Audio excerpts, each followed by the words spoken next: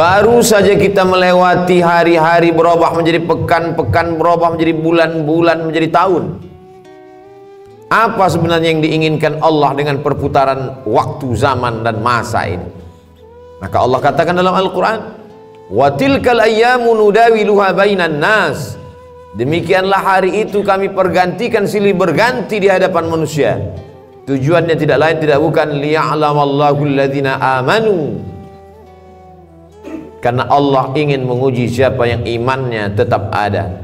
Wa tilkal ayyamu nudawiluha bainan nas. Demikianlah hari-hari itu kami pergantikan di hadapan manusia. Wa liya'lamallahu alladhina amanu. Allah ingin menguji siapa yang iman tetap berada dalam badannya. Apakah ada orang yang ketika hari itu dipergantikan lalu imannya lepas? Ya. Yusbihu mu'minan, paginya beriman, wa yumsi kafiran, petangnya menjadi kafir. Wal'iyadzubillah wa na'udzubillah. Ulama kalau sudah menyebut orang murtad meninggalkan agama, mereka berta'awudz, minta ampun kepada Allah berkali-kali, karena tidak ada maknanya hidup, masuk kekal. Waquduhan nas wal hijarah, bahan bakarnya yang terbuat dari nas, manusia. Siapa dia? Orang yang ingkar kepada Allah, ingkar kepada Rasulullah Sayyidina Muhammad sallallahu alaihi wasallam. Kapan kita beriman? Sebelum kita lahir ke atas dunia, sebelum berbentuk darah, daging, kuku, bulu, sebelum menjadi manusia. Wa idz akhadha rabbuka min bani adama min zuhurihim dzurriyyatahum wa asyhadahum ala anfusihim. Ingatlah ketika Allah mengambil perjanjian di hadapan seluruh manusia ketika dia masih berbentuk dalam roh di alam arwah. Ketika itu Allah mengatakan, alastu bi rabbikum, bukankah aku ini Rabb kamu? Lalu semua menjawab, bala syahidna, engkau adalah Rabb kami ya Allah. Antaqulu yaumal qiyamah, tapi nanti pada hari kiamat manusia menjawab, inna kunna an hadza ghafilin, kami lalai, kami lupa, kami silap, kami khilaf, kami tidak ingat. Begitulah manusia dipergantikan siang dan malam. Makanya Nabi Muhammad SAW mengajarkan kita doa, ya muqallibal qulub, engkau yang membolak-balikkan hati, tsabbit qulubana, kokohkan hati kami, ala dinik, dalam agamamu, ala ta'atik, dalam ketaatan kepadamu. Ya musarrifal qulub, engkau yang mengarahkan hati kepada keimanan, sarrif qulubana, arahkan hati kami, ala dinik, dalam agamamu, wa ala ta'atik, dalam ketaatan kepadamu. Ketika sahabat Nabi akan ditugaskan ke Yaman mengutip zakat, nanti kau akan di sana sibuk Mu'adz bin Jabal menghitung berapa zakat onta, berapa zakat lembu, berapa zakat kambing, berapa zakat kurma. Maka bacalah doa ini di akhir salatmu, Allahumma a'inni, tolong aku ya Allah, ala zikrika, supaya hatiku selalu berzikir mengingatmu, wa syukrika, supaya lisanku selalu bersyukur menyebutmu, wa husni ibadatik, selalu beribadah dengan ibadah yang baik kepadamu. Bukankah Bal'am seorang yang beriman? Walau syi'na la rafa'nahu biha, kalau kami mau kami angkat derajatnya, karena kami sudah mengajarkan asma'ul a'zam kepadanya, doanya makbul. Walakinnahu akhlada ilal ardi wattaba'a hawah, tapi kemudian dia lebih memilih kehinaan, dia memperturutkan hawa nafsunya. Famathaluhu kamathalil kalb, dia seperti seekor kanjing, dia seperti seekor binatang yang hina, najis, mughallazah. Air liurnya saja pun masuk ke tempat air minum kita. Idza walagal kalbu fi ina'i ahadikum, kalau ada seekor anjing menjulurkan air liurnya ke tempat bejana air minum kamu, fa'ahriquhu, maka tumpahkanlah. Setelah itu disamak, disiram dengan air 7 kali. Air suci mensucikan air mutlak, salah satunya dicampur dengan air tanah, begitulah kotornya. Maka Allah mengumpamakannya, famathaluhu kamathalil kalb, dia seperti seekor anjing. In tahmil alaihi yalhas atau tatrukhu yalhas, andai kau ambil kayu batu untuk melemparnya, dia tetap mengulurkan lidahnya. Andai kau biarkan pun juga sama. Tidak ada bedanya antara ceramah, antara tausiah, antara khutbah, ada atau tidak sama saja bagi dia. Tidak lagi berpengaruh ke dalam hatinya. Inilah yang kita khawatirkan. Hari berganti, musim berubah, hidayah tak juga masuk ke dalam hati dan jiwa. Kita diperdengarkan setiap pergeseran waktu.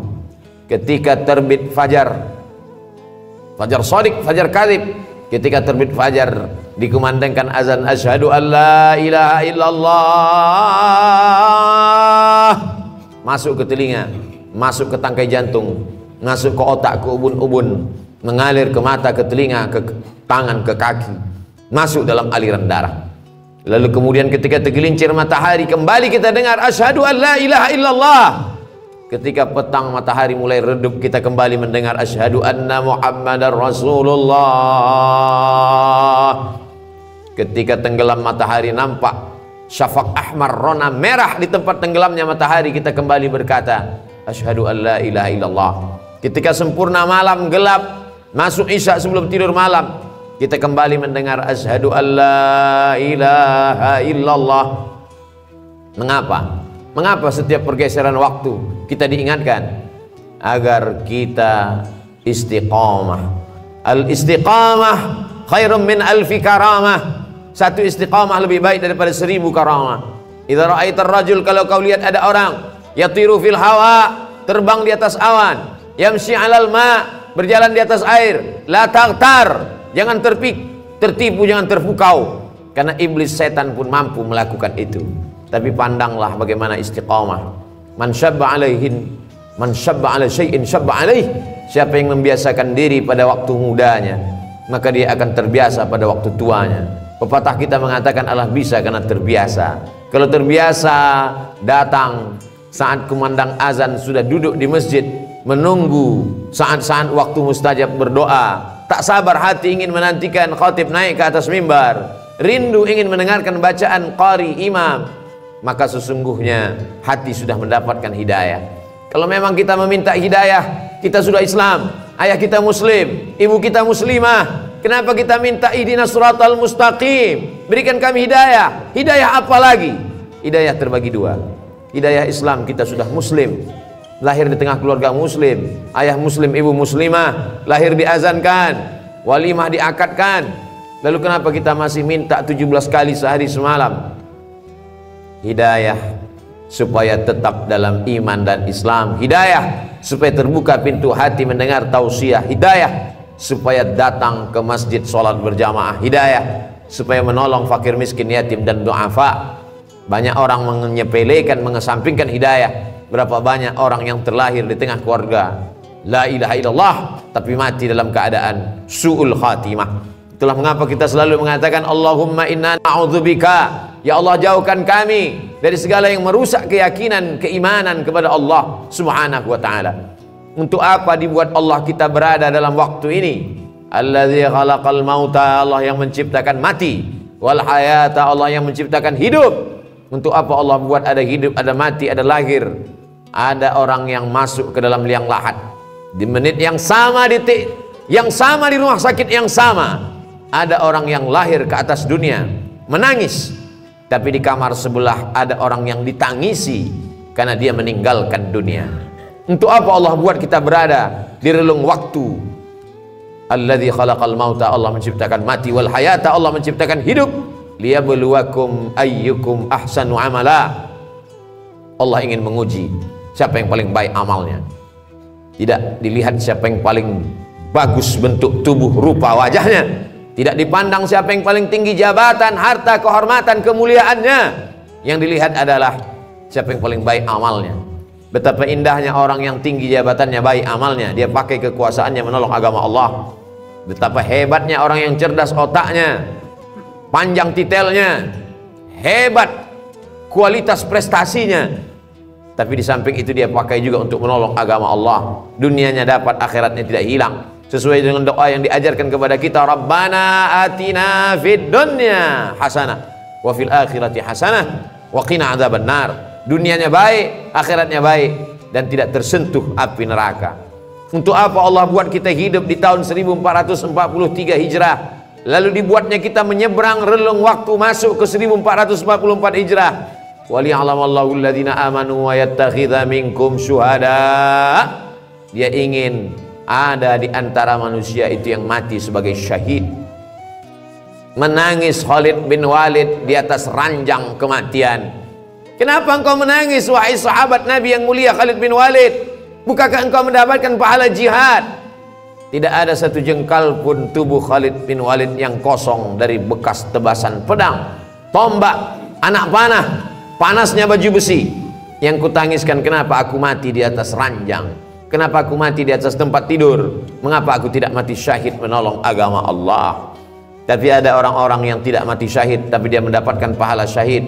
Man kharaja fi talabil ilmi, siapa yang keluar rumah dengan niat menuntut ilmu, fahuwa fi sabilillah, dia sama seperti orang yang berjihad fi sabilillah hatta yarji'an, sampai dia pulang ke rumahnya. Man jahaza ghazian, siapa yang menyiapkan alat-alat perang, dia tidak ikut menolong Masjid Al-Aqsa di Palestina dari serangan tentara Israel, tapi dia ikut menolong saudara-saudaranya. Andai dia tidak mampu dengan hartanya, dengan kekuasaannya, dengan jabatannya, dia tolong dengan doanya. Man jahaza ghazian faqad ghaza, siapa yang menolong saudaranya, maka dia sudah tercatat sebagai orang yang berjihad fisabilillah. Saudara-saudara yang sudah mendahului kita karena meninggal kena virus, al-mat'unu syahid, orang yang meninggal karena penyakit wabah, mereka juga adalah orang yang mati syahid. Seorang kepala keluarga meninggalkan anak istrinya untuk mencari nafkah yang halal, meninggal dalam perjalanan, mereka pun juga adalah syahid. Syahid dunia, ada syahid akhirat. Kenapa ingin menjadi syahid? Mengapa mereka berlomba-lomba sampai berkata ish kariman, hidup mulia, au mut syahidan, atau mati syahid? Orang beriman kalau mati, matinya mati syahid. Kalau hidup, hidupnya mulia. Kenapa mereka ingin menjadi syahid? Karena orang yang syahid itu tidak merasakan sakratul maut illa kal qars, hanya seperti cubitan pada kulit. Begitulah indahnya kematian mereka. Sedangkan kematian yang biasa, ketika orang mati itu berjumpa dengan Nabi Muhammad SAW pada peristiwa Isra Mi'raj, Nabi bertanya, apa yang kalian rasakan? Kami merasakan kematian itu seperti tebasan pedang di tempat yang sama beratus kali. Kami merasakan kematian itu seperti seekor kambing yang dikuliti hidup-hidup. Kami merasakan kematian itu seperti mata kail pancing ditarik dari kulit yang basah sampai kulit, darah, daging terikut dalam mata kail pancing. Sakit yang tak dapat diungkapkan dengan kata-kata. Begitulah kematian. Makanya kita berdoa, Allahumma hawwin alaina fi sakaratil maut, ringankan kami waktu sakaratul maut. Tapi orang yang mati syahid tersenyum wajahnya, karena kematian itu dia rasakan hanya seperti cubitan pada kulit yang lembut. Mereka tidak terkena azab kubur. Kita berdoa sebelum salam, Allahumma inni a'udzubika min azabi jahannam, min azabil qabri, wa min fitnatil mahya wal mamat, wa min syarri fitnatil masiihid dajjal. Selamatkan kami dari azab kubur. Sedangkan mereka tak merasakan azab kubur, yang ketika mereka tidak merasakan hisab, langsung saja masuk ke dalam surga. Salamun alaikum, selamat untuk kalian hai orang yang mati syahid, tibtum, kalian sudah berbuat baik, fadkhuluha khalidin, masuklah kalian ke dalam surga Allah Subhanahu wa taala. Banyak orang menyia-nyiakan waktunya, dianggap waktu ini gratis, tidak ada pertanyaan. La tus'alunna yauma idzin 'anin na'im. Kamu semua akan ditanya tentang nikmat yang diberikan Allah Subhanahu wa taala. Berapa langkah kaki, berapa hembusan nafas, berapa kedipan mata, berapa bisikan telinga, berapa hayunan tangan, berapa darah yang dicuci oleh buah pinggang, berapa yang disemburkan oleh jantung ke otak, semua akan diminta tanggung jawab di hadapan Allah Subhanahu wa taala. Adakah yang lepas? Yauma yafirul mar'u min akhi, orang lari dari saudaranya, wa ummihi wa abi, dari ibunya, dari ayahnya, wa sahibatihi wa bani, dari istri, suami, melarikan diri dan anak-anaknya. Semua akan bertanggung jawab. Likulli imri'in minhum yauma idzin sya'nun yughnih, semua orang akan bertanggung jawab atas segala gerak lidahnya. Al yauma nakhtimu ala afwahihim, hari itu mulut terkunci, wa tukallimuna aydihim, tangan akan bicara, wa tashhadu arjuluhum, kaki akan bersaksi, bima kanu yaksibun, apa yang pernah kita lakukan di dunia. Semua akan diminta tanggung jawab di hadapan Allah Subhanahu wa taala. Hari ini uang kita banyak, kita bisa bayar pengacara untuk membela kita di hadapan hakim, tapi saat itu hakimnya bukan manusia. Alaihissallahu bi ahkamil hakimin, bukankah Allah hakim di antara para hakim yang paling adil, paling mulia? Alaihissallahu bi ahkamil hakimin. Kita menjawab, bala syahidna, betul, kami saksikan itu. Shadaqallahul azim, maha benar Allah. wa sadaqa rasuluhun nabiyul karim. Benar Rasulullah, wa nahnu ala dzalika minasyahidin. Kami semua menjadi saksi atas kebenaran itu ya Allah. Allah buat kita ada dalam waktu ini. Mengapa kawan kita yang lebih sehat dari kita lebih mati duluan? Kita yang diprediksi orang sakit masih hidup sampai saat ini. Bukan karena kita menjaga kesehatan. Berapa banyak orang sehat mati mendadak. Berapa banyak orang yang divonis mati sampai saat ini belum mati. Kita sampai hari ini masih hidup karena Allah ingin kita bertaubat. Allah ingin kita beramal soleh. Allah masih sayang dengan kita. Allah ingin kita berdakwah.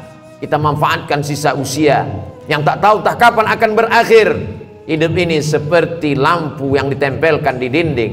Ketika minyaknya habis kering, lampu akan padam sendiri. Sampai masanya kita akan padam, berubah menjadi santapan cacing tanah. Kalau pernah meninggalkan nama-nama yang baik, masjid, pondok pesantren, itulah yang akan menolong di hadapan Allah. Ditinggalkan anak-anak yang saleh, semua hanya tinggal kenangan. An-nasu niyam, manusia ini seperti orang yang tidur. Makin lama tidurnya, makin lelap tidurnya, makin meracau berkata yang tidak dia sadari. Falamma matu, ketika dia mati, intabahu, barulah dia terbangun dari tidur lelapnya. Orang mati, dia sudah hidup. Orang mati, dia sudah sadar. Orang mati, dia sudah terjaga. Orang hidup dalam mimpi yang tak bertepi. Kita masih syukur diingatkan oleh khatib, diingatkan oleh para ulama, dikirimkan Allah Subhanahu wa taala para nabi. Para nabi diwarisi oleh para al-ulama warasatul anbiya.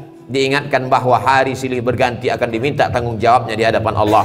La tazulu qadama 'abdin yaumal qiyamah. Kaki anak Adam akan tetap bertegak berdiri di padang mahsyar hatta yus'al, sampai di soal ditanya. Pertanyaan yang pertama, an umrihi fima afnah, umur yang kuberikan kemana saja kau pakai?